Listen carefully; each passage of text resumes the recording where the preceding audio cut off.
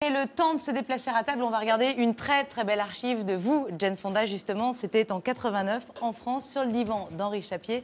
Et vous parliez justement du temps qui passe.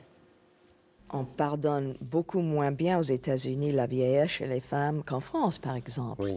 Vous avez ici beaucoup plus de respect, de considération pour une femme mature. Peut-être c'est parce que vous aimez le vin tellement. Et qui se bonifie avec les années. Oui, exactement. Oh.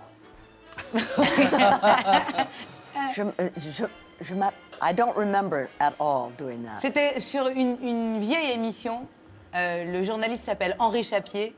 C'est un grand journaliste chez nous. 89. En 89. Ça date un petit peu aussi, évidemment. Ouais. Et vous parliez justement du temps qui passe, Jane Fonda, de toutes ces années qui font vieillir aussi les actrices, mais qu'on ne voit pas chez vous. Ça coûte beaucoup d'argent. Mais vous en parlez librement. Mais oui, pourquoi pas. Ben oui. Mais c'est vrai que les Français sont très loyaux à leurs acteurs, féminins et masculins. Je trouve ça très beau. Mais aussi les femmes. Pour moi, vous avez la tête tellement française. Vous êtes ce que j'aime chez les femmes françaises. Très naturel, très... vous allez me faire rougir, là. Hein? Vous allez me faire rougir. C'est vrai, c'est vrai. Merci beaucoup. Mais c'est vrai. On va essayer de continuer l'interview quand même. Je voulais juste remercier Abdel pour ce bon black hot dog, évidemment. Ce qui est drôle quand même, Jane Fonda, c'est que votre papa ne vous empêche pas de faire du cinéma, mais il ne vous pousse pas non plus. Non. On a retrouvé une archive où vous parlez de ça. Je crois que c'est votre première télé pratiquement américaine. Regardez. Est-ce que votre père était d'accord pour que vous fassiez ce métier? Est-ce qu'il vous a poussé à cela? Oui, il était très sage parce que il a dit rien. Il m'a pas poussé, il m'a pas retenu. Oui. Mon père était toujours simple.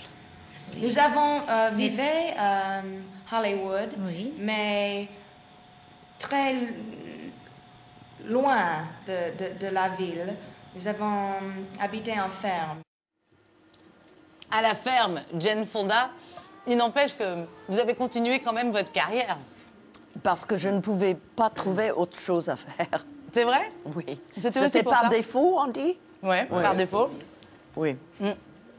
Et ce qui est dingue, c'est que des années après, votre papa obtient un Oscar, et c'est grâce à vous, sur un film dont vous avez acheté les droits, qui s'appelle Old Golden Pond. Oui. La Maison du Lac. Maison du Lac.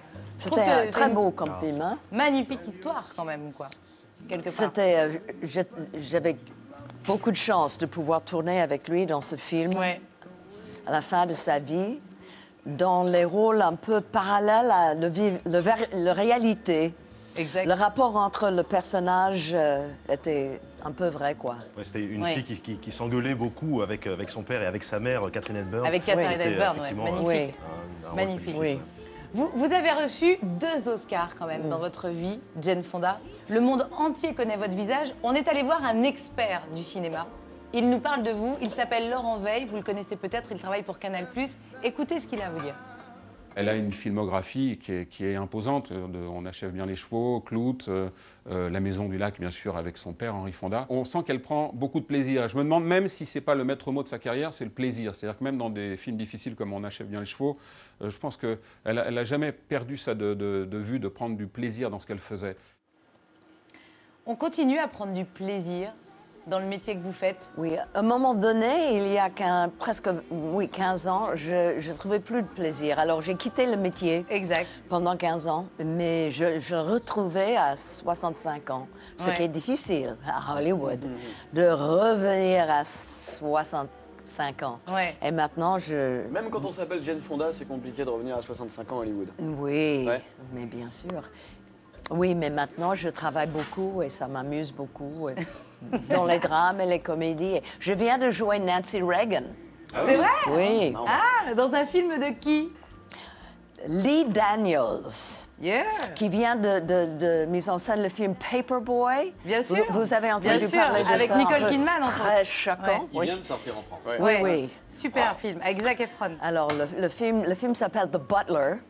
Et beaucoup de vedettes jouent des petits rôles en tant que président et First Lady, and I'm Nancy Reagan. Ce qui est assez drôle, puisqu'on connaît plutôt votre engagement pour le Parti démocrate. Oui, oui. Comme ça, la femme d'un président républicain, oui. ô combien comme c'est ça qui est Ronald Reagan, amusant. c'est assez amusant. Oui. C'est très drôle. Oui. J'aimais bien ça. Elle était assez contente que je la jouais, oui. En parlant de Chine, Jane Fonda, toujours. Vous savez, dans les années 60, vous étiez un vrai sex symbole. Il y a un truc qui vous agaçait par-dessus tout, c'est que les Français n'arrêtaient pas de vous comparer à Brigitte Bardot. Et là où vous n'avez pas votre langue... Je suis très flattée, très honorée. Mais sauf qu'à l'époque, il y a un moment donné, vous avez mis les points sur les i. Cette archive, je l'adore. Regardez. Jane Fonda, certains journaux ont écrit que vous étiez la Brigitte Bardot américaine. Est-ce que vous êtes d'accord avec cette formule? Je ne peux pas comprendre pourquoi on doit toujours faire les comparaisons comme ça. Il y a une Brigitte Bardot et il y a une Jane Fonda. Elle est unique, je suis unique et ça me fait... Bondir. Qu'est-ce que c'est ça? Sauter. Tressaillir. Ça me fait ennuyer. C'est ça? Oui. Vous savez où vous allez, hein, Jane Fonda? Ça vous fait quoi de revoir ces images? Horreur. Non, c'est vrai, je sens, c'est pour ça que je vous pose la question. Je déteste le voile, la façon dont je parlais, je l'aime pas du tout. C'est vrai? Je vous la repasserai plus, c'est promis. En revanche, quand on parle de la France, on peut parler aussi d'acteurs. Vous aviez tourné avec Alain Delon. À l'époque, vous dites, il m'a pas du tout regardé. C'était à l'époque où il allait se marier, à peu près. Vous êtes revus des années après à Cannes. Vous êtes reparlé. Ouais. Pas vraiment, non. C'est vrai? Non. Ouais. Alors ça, c'est fait. Fin de l'histoire. Bon, c'est que c'était bien lui. Mais vous gardez un bon souvenir ou pas? Qu'est-ce qu'il était... Oui. Ouais. Il était tellement beau. Ouais, c'est vrai. Ouais, c'est vrai. Oh là là. C'est vrai. On parlait de Cannes, d'ailleurs, Jane Fonda. Il se trouve quand même que l'an dernier, vous avez reçu une palme d'or exceptionnelle à Cannes en hommage à votre carrière. Vous deviez être super fière. J'étais stupéfiée, oui. Je pensais que c'était un hommage à mon père. J'avais préparé un discours sur mon père en français. J'ai tout écrit et Gilles Jacob m'a présenté le palme d'or et c'était formidable. Ouais. J'étais éblouie, très honorée. Vous savez, Jane Fonda, quand je vous écoute, quand je lis vos interviews, quand je lis votre livre, on a l'impression que tout le passé vous ennuie, qu'il n'y a que devant qui vous intéresse, votre ranch, votre vie à la campagne, ne plus devoir plaire à tout le monde parce que ça a été une souffrance pour vous et que finalement la vie n'a jamais été aussi belle qu'aujourd'hui. Oui, ça c'est vrai. Mais pour arriver à ça, je trouve que c'est très important d'aller dans le passé assez profondément. Ouais. Pour savoir où on doit aller, il faut savoir où on était. Oui, vous avez raison. Alors, c'est ce que dans le livre Prime Time, j'appelle ça faire le bilan de la vie, de sa vie. Et c'est une chose très, très importante. Ouais. J'ai passé beaucoup de temps en faisant ça. Et d'ailleurs, vous